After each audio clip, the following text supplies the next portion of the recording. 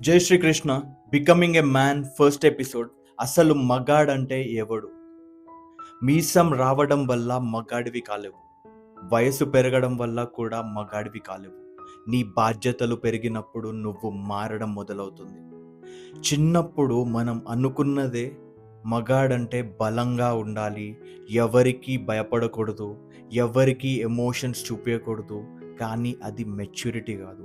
నిజమైన మగతనం అంటే నీ మీద ఆధారపడిన వాళ్ళకి నువ్వు ఒక బలం అవ్వడం.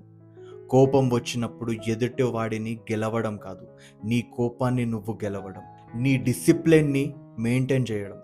తప్పు చేసినప్పుడు ఎక్స్క్యూజ్ వెతకడం కాదు, అవును ఇది నా తప్పు అని ఒప్పుకోవడం.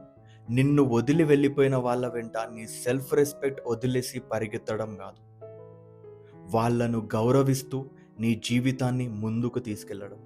ఎందుకంటే మగాడంటే అందరినీ కంట్రోల్ చేసేవాడు కాదు, తనని తాను కంట్రోల్ చేసుకోగలిగేవాడు.